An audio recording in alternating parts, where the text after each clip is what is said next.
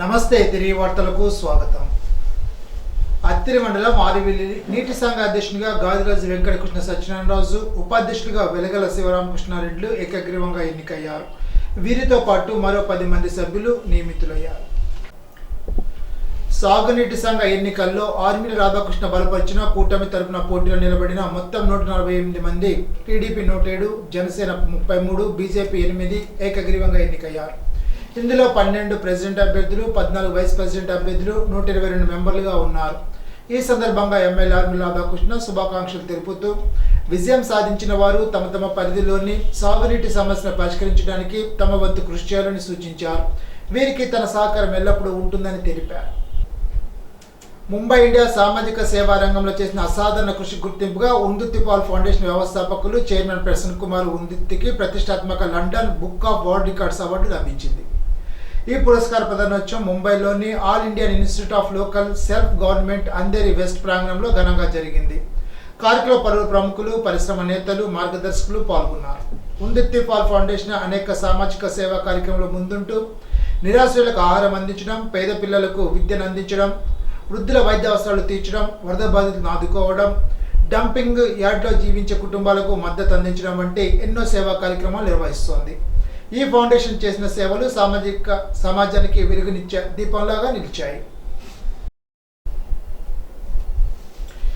పెనుమంట మండలంలోని 5 సాగునీటి సంఘాలకు ఎన్నికలు ప్రశాంత వాతావరణంలో ఏకగ్రీవంగా ఎన్నికయ్యాయని మండల తహసీల్దార్ వైరి కొమ్మూరు తెలిపారు.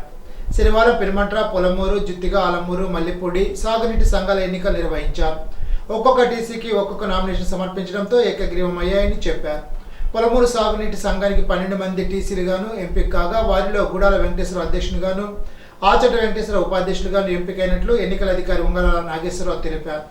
పెనుమంట్ర సాగునీటి సంఘానికి 12 మంది టీసీలకు ఎంపిక కాగా వెలగల బురిరామరెడ్డి సాగునీటి సంఘ అధ్యక్షునిగాను, కటికితల ఏసయ్య ఉపాధ్యక్షుడిగా ఎన్నికయ్యారని ఇన్ఛార్జ్ ఎంపీడీఓ శర్మ తెలిపారు. జుత్తిగా నీటి సంఘానికి 12 మంది టీసీలు ఎంపిక కాగా వారిలో కొవ్వూరి సోమభాస్కర్ రెడ్డి అధ్యక్షునిగాను, కడల వెంకటేశ్వర ఉపాధ్యక్షునిగాను ఎంపికయ్యారని డిప్యూటీ తహసీల్దార్ ఈలియా తెలిపారు. ఆలమూరు సాగునీటి సంఘానికి 12 టీసీలు ఏకగ్రీవంగా ఎన్నిక కాగా వీరిలో ఇందుకు నరసింహారాజు అధ్యక్షునిగాను, తేతల వెంకటరామరెడ్డి ఉపాధ్యక్షుని ఎన్నికయ్యారని రెహమాన్ తెలిపారు. మల్లిపూడి సాగునీటి సంఘానికి 12 టీసీలు ఏకగ్రీవం కాగా దాస్ కనదుర్గ ప్రసాద్ అధ్యక్షునిగాను, అడ్డల జయరాజ్ ఉపాధ్యక్షునిగాను ఎంపికైనట్లు పశు వైద్యురాలు వరలక్ష్మి తెలిపారు. ఈ సాగునీటి ఎన్నికల్లో ఎన్డీఏ కూటమి ఏకగ్రీవంగా ఎన్నికవడంతో బీజేపీ, తెలుగుదేశం, జనసేన నాయకులు సంబరాలు జరుపుకున్నారు. సార్వ పంట కోత కూసి నిలిచిన తర్వాత పొలంలో ఉన్న గడ్డి మూడులను రైతాంగం నిప్పు పెట్టడం సరికాదని వ్యవసాయ భూసార ప్రధాన శాస్త్రవేత్త సి శ్రీనివాస్ రైతులకు సూచించారు. రైతాంగం పద్ధతి మార్చుకోవడం లేదని, దీంతో పొలానికి అందవలసిన మిత్ర పురుగులు నశించిపోతాయని శాస్త్రవేత్తలు చెబుతున్నారు. పంట పొలం నిప్పు పెట్టడం కారణంగా వాతావరణంలో కాలుష్యం పెరగడమే కాకుండా మొక్కలకు అందవలసిన సేంద్రియ పదార్థం బూడిదైపోతుందని హెచ్చరిస్తున్నారు. నీటిలో గడ్డి, వరిదుబ్బులు కుల్లడం వల్ల చేనుకు లాభం ఏర్పడుతుందని ఆయన తెలిపారు. గణపవరం మండలంలోని 4 నీటి సంఘాల ఎన్నికలు ప్రశాంతంగా ఏకగ్రీవంగా అయినట్లు గణపవరం తహసీల్దార్ వై అప్పారావు తెలిపారు. ఆయన తెలిపిన వివరాల ప్రకారం జల్లికోమరి నీటి సంఘ అధ్యక్షునిగా మద్దల రాంబాబు, ఉపాధ్యక్షునిగా నండూరి రామకృష్ణ, అద్దవరం నీటి సంఘానికి అధ్యక్షులుగా అడ్డాల నాగరాజు, ఉపాధ్యక్షులుగా ముంగర్ శ్రీనివాస్, కాశీపాడు నీటి సంఘ అధ్యక్షులుగా దాట్ల పాండురంగ వేణుగోపాల్ కృష్ణంరాజు, ఉపాధ్యక్షునిగా తెల్లి శ్రీరామూర్తి, మొయ్యేరు నీటి సంఘ అధ్యక్షులుగా దండు వెంకటరామచంద్రరాజు, ఉపాధ్యక్షునిగా ఈదర వెంకట్రావులు ఏకగ్రీవంగా ఎన్నికయ్యారు. అద్దవరం ఎస్సీ ఏరియాలో శుక్రవారం, శనివారం గణపవరం ప్రాథమిక ఆరోగ్య కేంద్రం doctor PS Santosh, doctor P Kiran ఆధ్వర్యంలో micro filaria survey community health officer J Wilson Babu పర్యవేక్షణలో ఆరోగ్య కార్యకర్తలు ఆశాలచే నిర్వహించారు.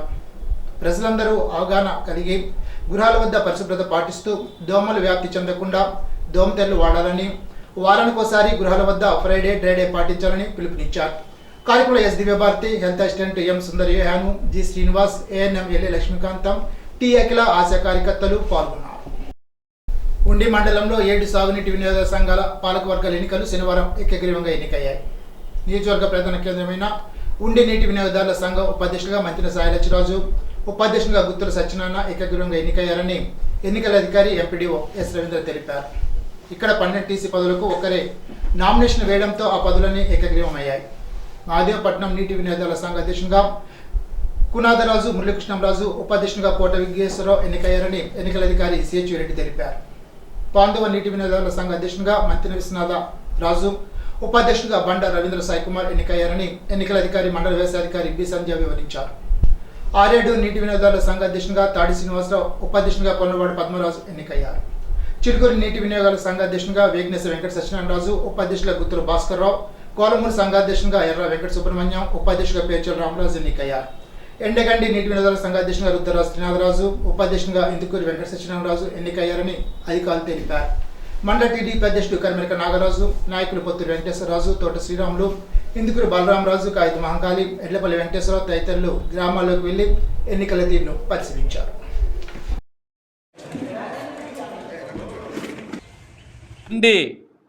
నీటి వినియోగదారుల సంఘం సంబంధించినటువంటి అన్ని మొత్తం 12 ప్రాదేశిక నియోజకవర్గాలు ఉన్నాయి.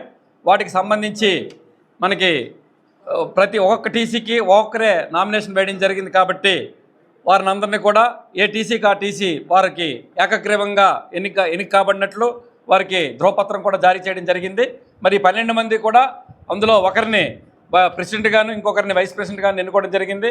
అందులో మనకి ఈ ఉండే నీటి వినియోగదారులకు సంబంధించి అధ్యక్షునిగా శ్రీ మంతెన సాయి లచ్చిరాజు గారిని, అలాగే ఉపాధ్యక్షులుగా గుత్తుల సత్యనారాయణ గారిని కూడా మరి ఈ 12 మంది సభ్యులు కూడా ఏకగ్రీవంగా ఎన్నుకున్నారు. కాబట్టి వారికి ఈ ఎలక్షన్ ధ్రువపత్రాలు కూడా జారీ చేయడమైంది. మన మహదేవపట్నం హై స్కూల్ నందు జరిగిన సాగునీటి సంఘం ఎలక్షన్స్లో మరి మనకి 12 మంది టీసీలు ఉన్నారు. మరి 12 మంది టీసీలు కూడా సింగిల్ నామినేషన్ రావటం వల్ల అందరూ కూడా ఏకగ్రీవంగా మరి ఎన్నికవటం చాలా శుభదినం, మరి సంతోషకరం. అలాగే మరి అధ్యక్షులు ఉపాధ్యక్షులైన శ్రీ కునాదరాజు మురళీకృష్ణరాజు గారు అధ్యక్షులు, అలాగే ఉపాధ్యక్షులు కోట విజయేశ్వరరావు గారు ఉపాధ్యక్షులుగా కూడా మరి ఎన్నికయ్యారు. కాబట్టి ఈ సందర్భంగా మీకు ప్రెస్ మీట్ ద్వారా తెలియపరుస్తున్నాం. Thank you. సాగునీటి సంఘాలకు ఎన్నికల ప్రశాంత వాతావరణంలో ఏకగ్రీవంగా అయ్యాయి. గత ప్రభుత్వ హయాంలో నీటి సంఘాలను నిర్లక్ష్యం చేశారని, ప్రస్తుత కూటమి ప్రభుత్వం రైతులకు అన్ని విధాల సహకారం అందిస్తోందని అన్నారు. నారపాడు తామరచెరు అధ్యక్షుడిగా జట్టి అప్పలరాజు, ఉపాధ్యక్షునిగా కోటిని తాతారావు, డైరెక్టర్గా రొంగలి అప్పారావు, సాలాబ్ తిరుమూర్తులు, బండ్రెడ్డి వెంకయ్యనాయుడు, కర్ణం గణేష్ ఎన్నికయ్యారు. ఈ సందర్భంగా Narapadu sarpanch Shankar Rao, co-option MPTC Nookaraju, ex MPTC Srinu, TDP అధ్యక్షులు గోవింద్ ప్రసాద్, ఆకుల రమణ, ఆదిరెడ్డి బాబు విజయవంతం చేసిన రైతులకు ధన్యవాదాలు తెలిపారు. ఇప్పుడు తూర్పుగోదావరి జిల్లా వార్తలు. ఆలమూరు మండలం చింతలూరులో వంకాయ చెట్టుకు టమాటా దిగుబడి వచ్చేలాగా ఒకే చెట్టుకు 2 కాపులు కాసేలాగా రైతు కరుణాకర్ వివరించారు. ఈ సందర్భంగా కరుణాకర్ మాట్లాడుతూ, ఇలా కూరగాయల చెట్టును 2 రకాలుగా చేయడం అనేది ఇజ్రాయెల్ దేశంలో ఎక్కువగా ఉంటుందని తెలిపారు. ఈ మొక్క చేయడానికి 18 రోజులు పట్టిందని, ఈ 18 రోజులు చీకటి గదిలో ఉంచి ప్లాంటేషన్ చేస్తామని, తర్వాత బయటకు తీసి నేలపై వేయాలని, ఆ తర్వాత కూరగాయల దిగుబడికి నేల పడుతుందని వివరించారు. సాధారణ మొక్కకు అంటుకట్టడం వలన అధిక దిగుబడి ఉంటుందని, అంతేకాకుండా తక్కువ తెగుళ్లు, నీటి ఎద్దడి స్వభావం ఎక్కువ ఉంటుందని, వాటికి సంబంధించిన కొన్ని రకాల మందులు కూడా ఉంటాయని ఇంటి యజమాని కరుణాకర్ బాబు వివరించారు. ఇన్సూరెన్స్, సివిల్ తగాదాలు, మోటార్ వాహన ప్రమాదాలు, రాజీ పడదగ్గ క్రిమినల్ కేసుల పరిష్కారంలో రాజీ పడదని కేసుల పరిష్కారానికి చొరవ చూపేందుకు ముందస్తుగా సమావేశాన్ని నిర్వహించి రాజీ మార్గం అవగాహన కల్పించడం జరిగిందని, ఆ మేరకు అవార్డు ఉత్తర్వులు జారీ నేపథ్యంలో సహకారం అందించిన ఇన్సూరెన్స్ కంపెనీలు, న్యాయవాదులు, ఇతర శాఖల అధికారులు తదితర భాగస్వామ్య పార్టీలు అభినందనీయులని జిల్లా ప్రధాన న్యాయమూర్తి జడ్జి గంధం సునీత అన్నారు. శనివారం రాజమహేంద్రవరం కోర్టు ప్రాంగణంలో జిల్లా న్యాయ సేవాధికారి సంస్థ ఆధ్వర్యంలో ఈ ఏడాది 4వ జాతీయ లోక్ అదాలత్ నిర్వహించి పలు కేసులు పరిష్కరించడం జరిగింది. సుప్రీంకోర్టు వారి ఆదేశాల మేరకు ప్రతి సంవత్సరం కూడా నిర్దిష్ట సమయంలో జాతీయ లోక్ అదాలత్ అనేది దేశవ్యాప్తంగా నిర్వహించడం జరుగుతుంది. దానిలో భాగంగానే ఈ సంవత్సరం ఇది 4వ జాతీయ లోక్ అదాలత్. మనకి గడిచిన 3 జాతీయ లోక్ అదాలత్స్లో మార్చ్, జూన్ అండ్ సెప్టెంబర్లో ఇప్పటి వరకు మనము సెటిల్ చేసిన అమౌంట్ 1,07,19,016 100 కోట్లు 7,19,016 రూపాయలు. దీనిలో మనం రాజీ చేసుకోదగిన కేసులు, మోటార్ వాహన ప్రమాదాల కేసులు ఎక్కువగా సెటిల్ అవుతున్నాయి. వాటిలో ఇరు పార్టీలకి వచ్చే లాభం ఏంటంటే దానిలో అప్పీల్ ఉండదు. పిటిషనర్ సైడ్ నుండి అయితే ఇంట్రెస్ట్ ఫోర్గో అవుతున్నారు. కన్వెన్షనల్ హెడ్స్ అంటే కన్సార్టియం లాంటివి కానీ estate loss of estate loss of amenities ఇట్లాంటివి వాళ్ళు ఫోర్గో అవుతున్నారు. ఇన్సూరెన్స్ సైడ్ నుండి వాళ్ళైతే వాడుకునే బెనిఫిట్స్ ఇవేమీ పే చేయాల్సిన అవసరం లేదు. పిటిషనర్ సైడ్ నుండి అయితే కనుక ఇమీడియట్గా అమౌంట్ తీసుకుంటారు కాబట్టి ఇంట్రెస్ట్ క్యాలిక్యులేట్ చేసుకున్నా, మీరు ఫోర్గోయిన్ ఇంట్రెస్ట్ క్యాలిక్యులేట్ చేసుకున్నా అది మీకు వచ్చేసే అవకాశం ఉంటుంది. జాతి నిర్మాణంలో ఉపాధ్యాయులు కీలక పాత్రని, భావి భారతానికి ఉపాధ్యాయులు రూపకర్తలని, అటువంటి రంగాన్ని ఎంచుకొని శిక్షణ పొందుతున్న డిఎస్సి అభ్యర్థులను రాష్ట్ర పర్యాటక సాంస్కృతిక సినిమాటోగ్రఫీ మంత్రి కందుల దుర్గేష్ అభినందించారు. రాజమహేంద్రవరంలోని బీసీ స్టడీ సర్కిల్లో నిర్వహిస్తున్న మెగా డిఎస్సి 2024-25 ఉచిత శిక్షణ తరగతులను మంత్రి కందుల దుర్గేష్ శనివారం స్వయంగా పరిశీలించారు. అన్ని రంగాల్లో ప్రతిభను ప్రదర్శిస్తున్న వెనుకబడిన తరగతుల కులాల విద్యార్థులు మరింత కష్టపడి చదివి భవిష్యత్తులో అద్భుతమైన ఉపాధ్యాయులుగా రాణించేందుకు ఇదొక సువర్ణ అవకాశమని, గొప్ప వేదికని మంత్రి పేర్కొన్నారు. సూర్యప్రకాష్ గారు లాంటి వాళ్ళు చాలా కష్టపడి సాధిద్దామని వెళ్ళి సాధించలేకపోయినా ఇంకా సాధించే వాళ్ళని మనం తీసుకొద్దాం అనేటువంటి మాటతోటి వారు చేస్తున్న ప్రయత్నాన్ని కూడా తీసుకోండి. అదేవిధంగా వేదిక మీద ఉన్నటువంటి కలెక్టర్ గారిని కానీ ఆర్డీఓ గారిని కానీ వారిని కూడా ఇన్స్పిరేషన్గా తీసుకోండి. మీరు బాగా కష్టపడి చదివితే మీరు సాధించడం కష్టమైనటువంటి విషయం మాత్రం కాదు. అందువల్ల ఈ బీసీ స్టడీ సర్కిల్ ఇచ్చేటువంటి సౌకర్యం ఏదైతే ఉందో ఇవాళ ప్రభుత్వం కూడా కట్టుబడి ఉంది. మీకు మళ్ళీ మనవి చేస్తున్నాను, మీరు కొంచెం మీ ప్రతిభని మీ కష్టాన్ని నమ్ముకోగలిగితే ఈ కూటమి ప్రభుత్వం 100% మీకు చేయూతగా నిలబడి మిమ్మల్ని జీవితంలో ముందుకు తీసుకెళ్ళడానికి బీసీ యాక్షన్ ప్లాన్ కూడా తయారవుతుంది త్వరలోనే. ఎస్సీ యాక్షన్ ప్లాన్ ఎలా ఉందో అదేవిధంగా బీసీ యాక్షన్ ప్లాన్ కూడా తయారవుతుంది. ఈ ప్రభుత్వం దానికి కృతనిశ్చయంతో ఉంది. బీసీ యాక్షన్ ప్లాన్ ద్వారా మీకున్నటువంటి అవకాశాలను మెరుగుపరచడానికి, మిమ్మల్ని మంచి జీవితాల్లోకి తీసుకెళ్ళడానికి ఈ ప్రభుత్వం కష్టపడుతూ పనిచేస్తుందనేటువంటి మాటను కూడా తెలియజేస్తూ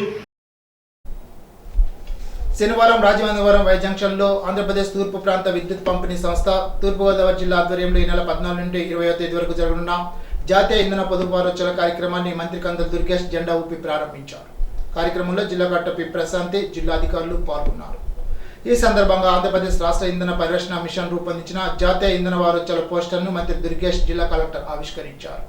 ఈ సందర్భంగా మంత్రి దుర్గేష్ మాట్లాడుతూ, ప్రస్తుతం మనం విద్యుత్ వృధా చేస్తే భవిష్యత్ తరాలకు అంధకారాన్ని మిగిల్చిన వారు అవుతామని, ఇంధన ప్రాముఖ్యతను ఆదా చేయాల్సిన విధానాలను మంత్రి దుర్గేష్ వివరించారు.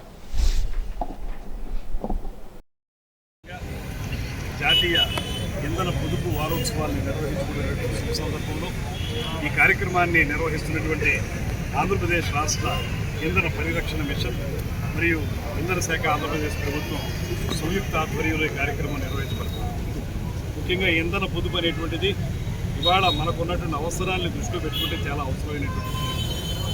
ముఖ్యంగా మనం ఎలక్ట్రిసిటీ విషయంలో కానీ, బొగ్గు వాడకంలో కానీ, అదేవిధంగా డీజిల్, పెట్రోల్ లాంటి ఇంధనాల విషయంలో కానీ మనం ఆల్టర్నేటివ్ రిసోర్సెస్కి వెళ్ళకపోతే, వాటిని పొదుపు చేసుకోకపోతే ఒక పక్కన మనకి అవి ఎక్కువగా ఉపయోగంలోకి రావనేటువంటిది, ఎక్కువ కాలం ఉండవనేటువంటి మాటతో పాటు పర్యావరణానికి విఘాతం కలిగించేటువంటి అవకాశం కూడా జరిగింది.